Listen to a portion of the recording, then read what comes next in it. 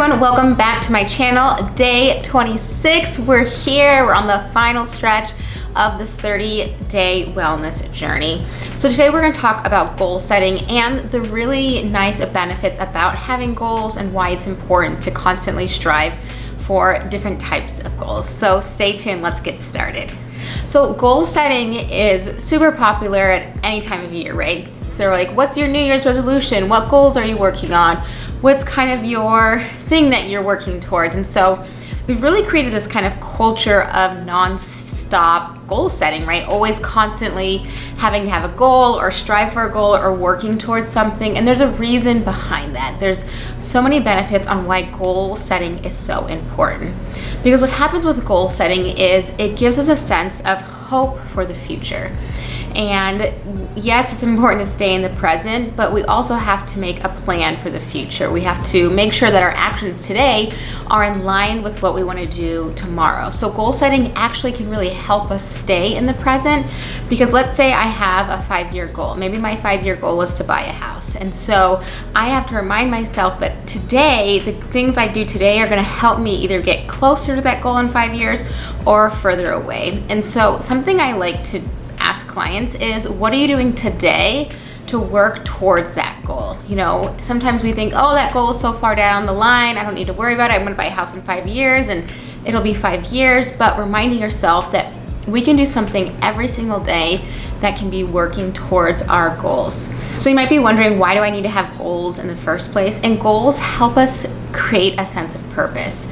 It helps us get out of autopilot. So often we get stuck in autopilot. So we wake up, we eat, we go to work, we come home, we take care of the kids, do their homework, dinner, maybe watch a show, sleep, repeat. And then, you know, on the weekend, sometimes we sleep in a little bit and maybe we do our laundry and our chores and our meal prepping, and then the week starts over and it's just kind of that same autopilot, just like the ups and downs, but there's no real highs or lows. It can feel really stagnant.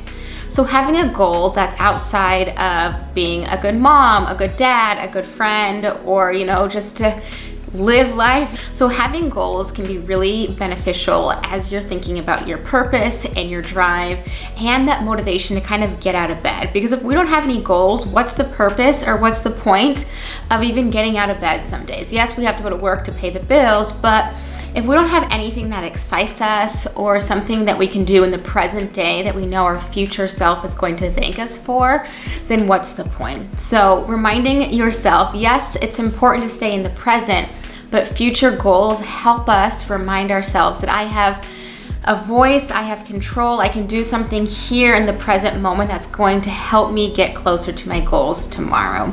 So today's reflective question is, what is your current goal that you're working on? Is it to finish this 30-day journey?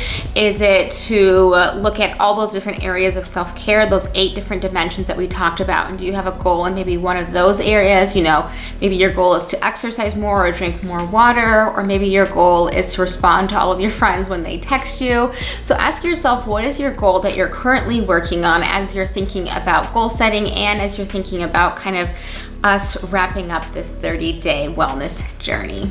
So your inspired action is to reach out and either tell someone about your goal or ask for help to get closer to your goal or even achieve your goal. When we have people in our life that can help hold us accountable, or we can even talk about the goal, what it's going to do, it's going to help us bring up more excitement towards getting that goal, and there's going to bring up a natural, healthy level of pressure to make sure we hold ourselves accountable to work towards that goal, to achieve that goal, to kind of work forward with it.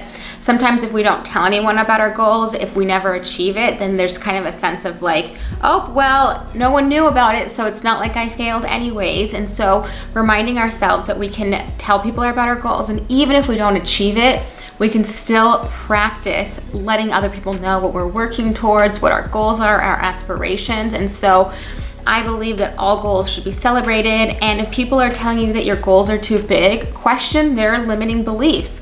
They might have a headspace of scarcity versus abundance, and they might not have a belief in you, which has nothing to do with you. It says more about them as a person. So when someone is questioning your goals or saying that you can't achieve it, remind yourself that it's really not about you, but it's about the other person's lack of belief in themselves, or even belief that anyone they know in their inner circle can achieve what you're trying to achieve. So goal setting, yes, we can talk for hours and hours on goal setting. Kind of highlights it's important to have goals. It gives us a sense of purpose. It kicks us out of autopilot, and it allows us to stay in the moment, because then we can say, what can I do today that my future goal or my future self is going to thank me for? So that concludes today's video. Hit that like button and don't forget to subscribe. I will see you in tomorrow's video. Thank you. Have a great day.